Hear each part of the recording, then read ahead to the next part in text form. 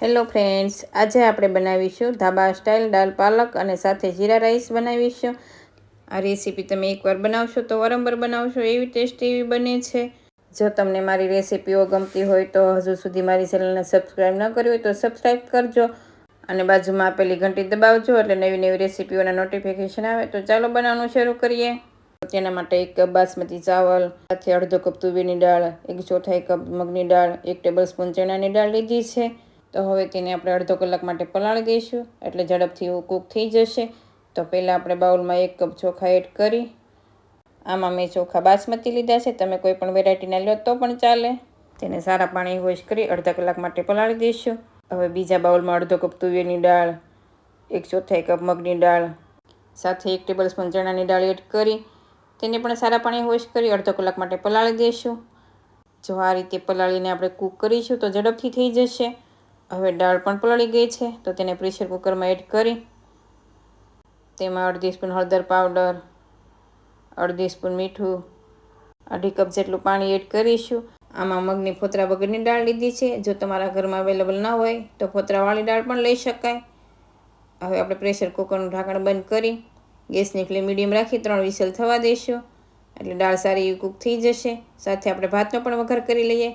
તો તેમાં 1 સ્પૂન ઘી બળી ન જાય તેના માટે આપણે થોડું એવું તેલ એડ કરીશું. હવે ઘી ગરમ થાય એટલે તેમાં અડધી સ્પૂન જીરું, 1 પિંચ હિંગ, જીરું થોડું લાલ થાય એટલે તેમાં તમાલપત્ર, 2 લવિંગ અને 1 તજનો ટુકડો એડ કરીશું. સાથે જે પલાળીને ચોખા રાખ્યા હતા તે એડ કરીશું. આમાં આપણે 1 કપ ચોખા તો 2 કપ પાણી એડ કરીશું. પણ જો નવા જૂના ચોખા હોય કે પછી અલગ વેરાયટીના હોય તો થોડું ઓછું વધુ પાણીની પણ જરૂર પડે. હવે તેમાં સ્વાદ પ્રમાણે નમક એડ કરી 1 મિનિટ જેવું સાતળી તેમાં આપણે 2 કપ પાણી એડ કરીશું. આ રીતે પ્રેશર કુકરમાં બનાવીશું તો ઝડપથી બની જશે અને એકદમ છૂટા છૂટા પણ બને છે. તો હવે આપણે ઢાંકણ બંધ કરી ગેસની ફ્લેમ મીડિયમ રાખી 2 વિસલ થવા દઈશું એટલે ભાત સારા એવા કૂક થઈ જશે. સાથે દાળનો વઘાર પણ કરી લઈએ. તો પેનમાં 2 મોટી સ્પૂન તેલ, અડધી સ્પૂન જીરું થોડું તતડવા લાગે એટલે તેમાં 1 પિંચ હિંગ, સાથે લાલ સૂકું મરચું, તમાલપત્ર એડ કરીશું. હવે તેમાં 1 ઝીણી કટ કરેલી મોટી ડુંગળી એડ કરીશું. જો ડુંગળી તમે ન ખાતા હોય તો સ્કીપ પણ કરી શકાય.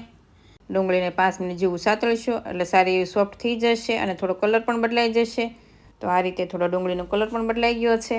હવે તેમાં આદુ મરચાં ક્રશ કરેલા એડ કરીશું. મરચાં તમારે તીખું જોવે એ પ્રમાણે એડ કરવાના. હવે 1 મિનિટ જેવું થવા દઈ તેમાં મીડિયમ સાઇઝના 2 ટમેટાના ટુકડા એડ કરીશું. જો તમારે સાવ ઝીણા ક્રશ કરીને એડ કરવા હોય તો પણ કરી શકાય. હવે ગેસની ફ્લેમ સ્લો રાખી ટમેટાને સોફ્ટ એવા થાય ત્યાં સુધી થવા દઈશું.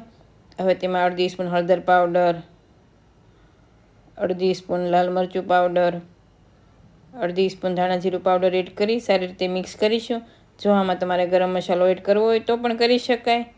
હવે ટમેટા સારા એવા સોફ્ટ થઈ ગયા છે તો તેમાં 1 કપ પાલકને ધોઈ નિતારી આવી રીતે લાંબી અને ઝીણી ઝીણી કટ કરી લીધી છે તે એડ કરીશું. જો પાલક તમારે વધારે ઓછી લેવી હોય તો પણ લઈ શકાય. હવે તેમાં 1 પિંચ જેટલું મીઠું એડ કરીશું. મીઠું આ મસાલા પ્રમાણે જ એડ કરીશું. આપણે દાળ બાફવા મૂકી છે તેમાં પણ એડ કર્યું છે એટલા માટે બેલેન્સ કરીને જ મીઠું એડ કરવાનું. હવે પાલકને આપણે 5 મિનિટ જેવું થવા દઈશું. પાલક 5 મિનિટ જેવું સતળાય ત્યાં સુધીમાં આપણે દાળ ભાત કૂક કરવા મૂક્યા છે તે પણ જોઈ લઈએ. તો પ્રેશર કુકર ઠંડુ થાય એટલે આપણે ચેક કરી લઈએ. ભાત પણ સારા એવા કૂક થઈ ગયા છે તમે જોઈ શકો છો. અને ઠંડા થશે એટલે સારો એવો એકદમ છૂટો છૂટો દાણો થઈ જશે. સાથે દાળ પણ કૂક થઈ ગઈ છે. તો હવે આપણે દાળને આ રીતે દાણો ચેક કરી લઈએ. જો તમે જોઈ શકો છો દાળ પણ સારી એવી કૂક થઈ ગઈ છે. સાથે પાલક પણ સતળાઈ ગયું છે. હવે તેમાં દાળ એડ કરી સારી રીતે મિક્સ કરીશું. જો તમારે દાળ રોટલી પરાઠા સાથે સર્વ કરવી હોય તો થોડી ઘટી એવી રાખવાની અને જો રાઈસ સાથે સર્વ કરવી હોય તો આપણે થોડી પતલી એવી રાખીશું. તો તેમાં અડધો કપ ગરમ પાણી એડ કરી ગેસની ફ્લેમ સ્લો રાખી 5 થી 7 મિનિટ જેવું થવા દઈશું એટલે પાલક સાથે દાળ એકદમ સારી રીતે મિક્સ થઈ જશે. અને તમારે ટેસ્ટ કરી લેવાનું કંઈ તમને તીખું ઓછું વધુ લાગે એ પ્રમાણે એડ કરવાનું. અને જો તમારે આમાં ગોળનો ટુકડો એડ કરવો હોય તો એક નાનો એવો ગોળનો ટુકડો પણ એડ કરી શકાય. હવે દાળ બનીને તૈયાર છે તો લાસ્ટમાં આપણે અડધા લીંબુનો રસ એડ કરીશું. સાથે થોડા ધાણા પણ એડ કરીશું. અને આ દાળ નાનાથી મોટા બધાને ખૂબ જ ભાવે તેવી ટેસ્ટી બને છે. અને જો તમે આ રીતે ક્યારે રેસીપી ટ્રાય ન કરી હોય તો એકવાર જરૂરથી ટ્રાય કરજો. ખૂબ જ ટેસ્ટી બને છે. અને હવે તેમાં તડકો કરી લઈએ. તો 2 સ્પૂન ઘીને ગરમ કરી તેમાં અડધી સ્પૂન જીરું, 10 થી 12 લસણની કળીના આ રીતે ટુકડા કરી લીધા છે તે એડ કરીશું. સાથે 1 પિંચ કાશ્મીરી મરચું એડ કરી તડકાને આપણે દાળમાં એડ કરીશું. આ તડકો એડ કરવાથી દાળનો ખૂબ જ સારો એવો સ્વાદ આવે છે અને ખૂબ જ ટેસ્ટી એવી લાગે છે. તો હવે સારી રીતે મિક્સ કરી ગેસની ફ્લેમ બંધ કરીશું. તો ગરમા ગરમ દાળ પાલકની રાઈસ સાથે સર્વ કરીશું. આ દાળ પાલક તમે 4 વ્યક્તિ માટે સર્વ કરી શકો છો અને જો તમારું રોટલી પરાઠા સાથે સર્વ કરવી હોય તો પણ કરી શકાય. તો ધાબા જેવી દાળ પાલકની રેસીપી તમે એકવાર જરૂરથી ટ્રાય કરજો.